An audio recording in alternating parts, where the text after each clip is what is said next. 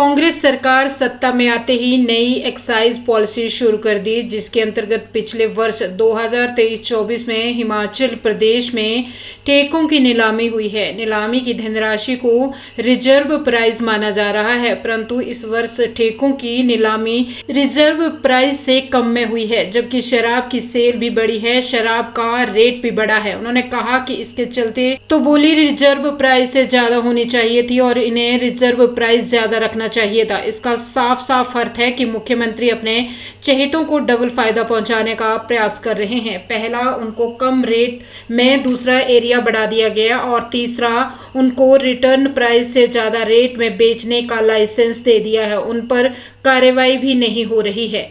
Tagged हैं और भी सुरेंद्र शौर्य जी, डीएस ठाकुर जी। माननीय अध्यक्ष महोदय, सूचना सभा पटल पर रख दी गई है। माननीय सदस्य श्री रणधीर शर्मा जी।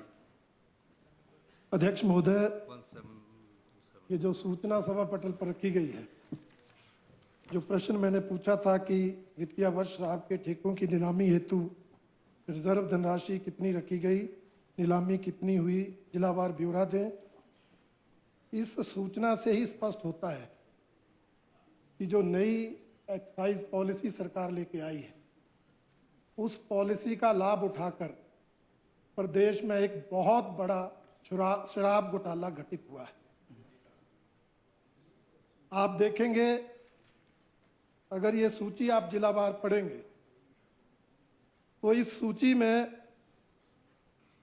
5 जिले ऐसे हैं जिन जिलों में रिजर्व प्राइस से कम पर बोली चली, जबकि ऐसा इतिहास में कभी हुआ नहीं। रिजर्व प्राइस उतना ही रखा गया जितनी पिछले साल नीलामी हुई थी। तो जितनी पिछले साल नीलामी हुई, आपने टैक्स भी बढ़ाया, तो अब नीलामी उससे ज्यादा ही होनी चाहिए। बल्कि मेरा तो मानना है कि रिजर्व प्राइस ही उससे ज्यादा होना चाहिए। परंतु आपने जितनी जिलावार बोली 2023-24 में हुई थी, उसी बोली को इस साल 2024-25 में रिजर्व प्राइस माना। और ये जो 5 जिले हैं, शिमला है, कांगड़ा है, नूरपुर है, चंबा है और ऊना है, इन 5 जिलों में रिजर्व प्राइस से कम पर बोली गई है। और हैरानी के आंकड़े आते हैं ऊना जैसे जिले से, जहां रिजर्व प्राइस 143 करोड़ 90 लाख है और बोली 117 करोड़ 35 लाख में चली। उसी तरह से नूरपुर में 118 करोड़ 35 लाख रिजर्व प्राइस है और बोली 100 करोड़ रुपए चली। और इसके अलावा कांगड़ा में भी 296 करोड़ की बजाय 279 करोड़ बोली गई। चंबा में भी 108 करोड़ की बजाय 103 करोड़ बोली गई। और कुछ जिले ऐसे हैं जहां बिल्कुल रिजर्व प्राइस के बराबर बोली जा रही। सिरमौर में देखेंगे 78 करोड़ 40 लाख रिजर्व प्राइस है, 78 करोड़ 41 लाख बोली जा रही है। आप इसी तरह से, ये हमारा बिलासपुर जिला है, 90 करोड़ 69 लाख, तो 90 करोड़ 79 लाख में बोली जा रही है। फिर मंडी में 182 करोड़ 32 लाख और 182 करोड़ 50 लाख में बोली। बिल्कुल इसमें घोटाले की बू आ रही है और मिली भगत है। यही नहीं, जब इसी प्रश्न में यह भी पूछा गया कि 2023-24 में जो यूनिट्स बने जिला से और 2024-25 में क्या यूनिट्स रखे, तो उससे भी स्पष्ट होता है कि जो यूनिट का गठन किया गया और शराब के ठेकेदारों को लाभ देने के लिए किया गया। सिरमौर जिला में 5 यूनिट थे, इस बार आपने 1 यूनिट कर दिया। एक ही ठेकेदार पूरा जिले में शराब बेचेगा। ज्यादा ठेकेदार होते हैं, कंपटीशन होता है, कुछ होता है। आपने मंडी में 8 यूनिट थे, 1 यूनिट कर दिया। बिलासपुर में 5 के 2 कर दिए, नूरपुर में 5 का 1 कर दिया, ऊना में 11 के 10 कर दिए, चंबा में 11 का 1 कर दिया। तो कुल मिलाकर चाहे यूनिट जो गठित इस साल हुए उनको देखा जाए, चाहे जो इस साल की बोली हुई है जो रिजर्व प्राइस के बराबर या उससे कम हुई है, वो स्पष्ट दर्शा रही है कि ये सरकारी संरक्षण में एक सुनियोजित घोटाला घटित हुआ है। शराब के ठेकेदारों को लाभ पहुंचाने का काम। Supplementary please, supplementary. मेरा सप्लीमेंट्री ये है कि क्या माननीय मुख्यमंत्री जी इन आंकड़ों को देखकर जिससे स्पष्ट घोटाला नजर आ रहा है, क्या इसकी न्यायिक जांच कराएंगे?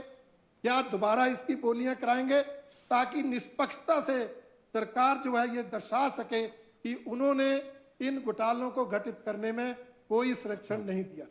माननीय मुख्यमंत्री महोदय, सप्लीमेंट्री से ज्यादा तो माननीय अध्यक्ष महोदय, माननीय सदस्य ने बड़ा अच्छा सवाल पूछा और बहुत अच्छी बातें की, पर जिन्होंने इनको जानकारी ज्ञान बांटा वो थोड़े ज्ञान कुछ छुपा दिया। क्योंकि हाँ, मैं अभी आपको पता नहीं क्या समस्या हो रही है, 2 मिनट में बोले तो बड़ा अच्छा ज्ञान बांटा, उन्होंने थोड़ा ज्ञान को छुपा लिया। लॉट ऑफ अब जब ज्ञान छुपता है तो जोर से बोलना पड़ता है, कई प्रकार से होता है। अब देखिए प्रतिपक्ष के नेताजी को ये उत्तर तो दिया ही, मैंने तो 2 ही शब्द बोले। मैं बताना चाहता हूं माननीय अध्यक्ष महोदय, आपने उठना नहीं, प्यार से सुनना, और बहुत अच्छा सवाल पूछा आपने, अच्छी बात है।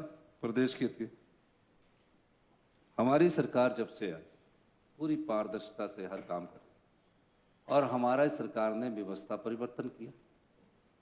व्यवस्था परिवर्तन के स्वरूप प्रतिपक्ष के जो नेता हंस रहे हैं, मैं आपको बताना चाहता हूं उस समय के कौन एक्साइज मिनिस्टर होंगे जिन्होंने इस प्रदेश को, आर्थिकी को बहुत नुकसान पहुंचाया। बड़ा दुख होता है जब प्रदेश के खजाने को लुटा दिया जाता है।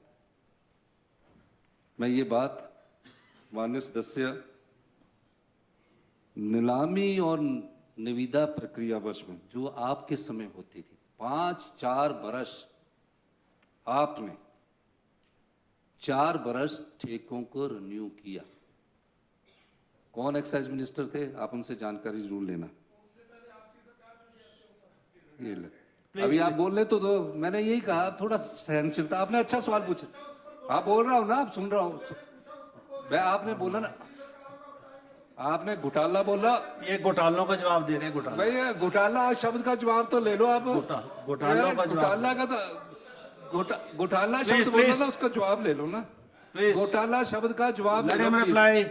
आपको मैंने धन्यवाद कर रहा हूं, बहुत अच्छा था। आपका घोटाला शब्द का जवाब दे रहा हूं। 4 साल में मैंने तो बहुत अच्छी बात की। 4 साल में जो इनके समय कॉन्ट्रैक्ट रिन्यू हुए, 485.15 करोड़ रुपए का राजस्व अर्जित किया। कितने साल में? 4 साल। और एक मैं आपके पहले ना अपना घोटाला बोला, उसके बाद दूसरी बातों का भी जवाब में आ रहा हूं।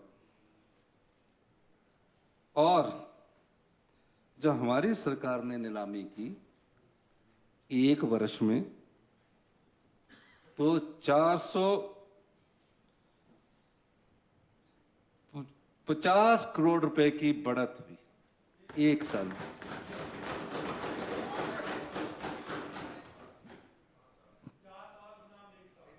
और जो 4 साल से पहले की नीलामी, 4 साल बनाम 1 है।